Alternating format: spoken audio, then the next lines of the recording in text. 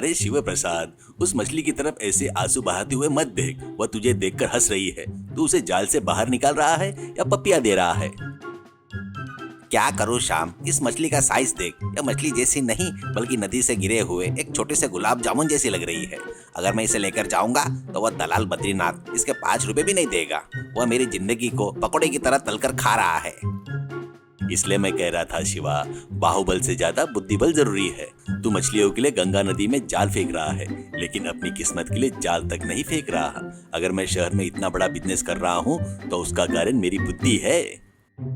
तुझे पता है ना श्याम, मुझे पढ़ाई नहीं आती। मेरे बाबूजी कहते थे मछुआरे के पास जाल के सिवा और कुछ नहीं होता। मेरी पत्नी, बच्चे, बूढ़े माँ बाप सब इन्हीं छोटी मछलियों पर निर्भर है। वो बद्रीनाथ है ना, रोज नई नई कमी निकालता है। कल क्या बोला पता है क्या? इस मछली की आंखें लाल है, इसे बुखार है, इसलिए मैं इसे आधी कीमत पर खरीदूंगा। उसे बुखार नहीं शिवा, उसे लालच की बीमारी पड़ गई है। मेरे पास उसकी एक दवा है।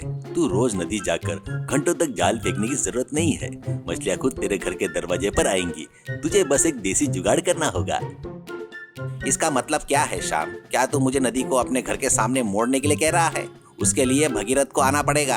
मैं तो बस एक साधारण शिवा प्रसाद हूँ यार। इतनी मेहनत की जरूरत नहीं है मेरे दोस्त। हमारे गांव के बगल वाले जंगल में जा, वहाँ बहुत सारे बांस है। उन्हें काट कर लेकर आ। उनसे घर के सामने वाली खाली जगह में बड़े बड़े टैंक बना दे, उसमें पानी भर दे और अपनी पकड़ी हुई छोटी मछलियों को उसमें डाल दे। वे माँ मजे से खाएंगी और बड़ी होंगी। इसमें 1 रुपए का भी खर्चा नहीं होगा, बस तेरी मेहनत लगेगी। अरे बाप रे, बांस का टैंक, क्या वो पानी को रोक पाएंगे श्याम? या फिर मछलियां छोटे छेद से बाहर निकलकर मेरे साथ बिस्तर पर सोएंगी? इतने में वहां पर दुखीराम नाम का और एक मछुआरा घबराता हुआ दौड़ के आ गया। दुखीराम हाफते हुए, अरे शिवा प्रसाद, बड़ा गजब हो गया भाई। नदी में मछलियां लगता है हड़ताल पर है। आज मेरे जाल में एक मछली भी नहीं फंसी। शायद सारी मछलियां किसी और गांव में पिकनिक मनाने चली गई। दुखीराम, वो हड़ताल पर नहीं गई है, वो तुम्हारे कम अक्ल से छिपकर गई है।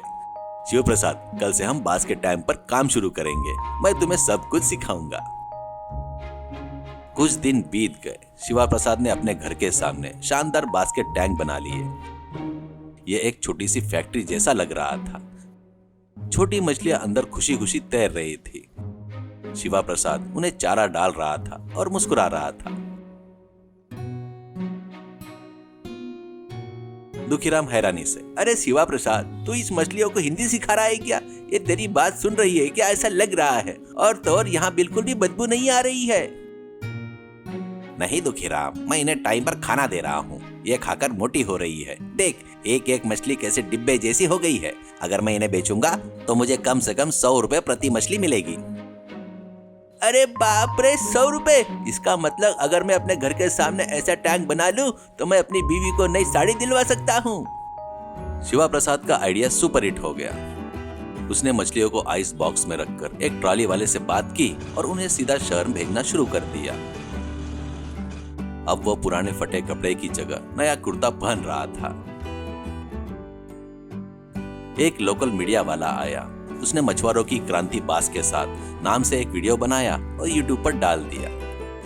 वो वीडियो काफी वायरल हो गया, लेकिन यह देखकर दलाल बद्रीनाथ का पेट बहुत जल गया। वो अपने ऑफिस में गुस्से से आग बबूला हो रहा था।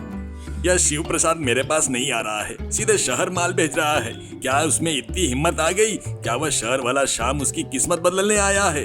रुक, मैं इसे अच्छा सबक सिखाता हूँ। बद्रीनाथ ने तुरंत इंस्पेक्टर पांडे को बुलवाया। पांडे अपनी जीप का सायरन बजाते हुए, रौब झाड़ते हुए वहां पर आ गया। इंस्पेक्टर पांडे मूंछों पर ताव देते हुए, अरे क्या बद्रीनाथ, कौन हमारे नियम तोड़ रहा है? इस गांव में कौन नया बिजनेस कर रहा है?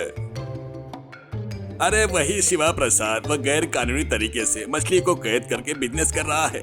उसके पास कोई लाइसेंस नहीं है और कुछ भी नहीं है। बद्रीनाथ, इंस्पेक्टर पांडे और कुछ पुलिस वाले शिव प्रसाद के घर गए। गांव के सभी लोग शिव प्रसाद को हैरानी से देखने लगे।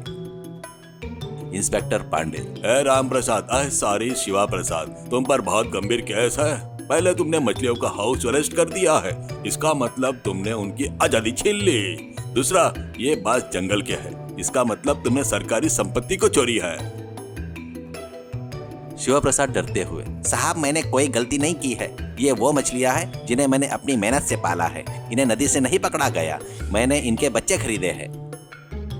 इंस्पेक्टर पांडे अपनी डायरी निकालते हुए, देखो, धारा 420 के अनुसार मछलियों को नदी में ही तैरना चाहिए। इन्हें इस तरह बांस के डिब्बे में नहीं रहना चाहिए।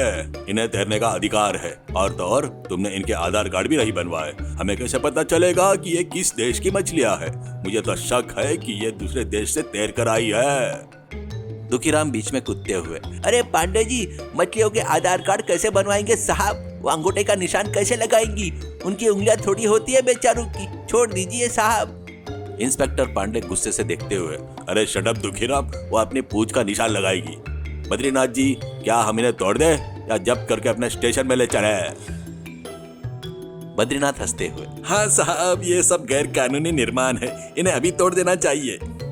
इतने में श्याम अपनी कार से मीडिया वालों के साथ आ गया। एक मिनट इंस्पेक्टर जी, आप किस कानून की तहत इन्हें हटाने के लिए कह रहे हो?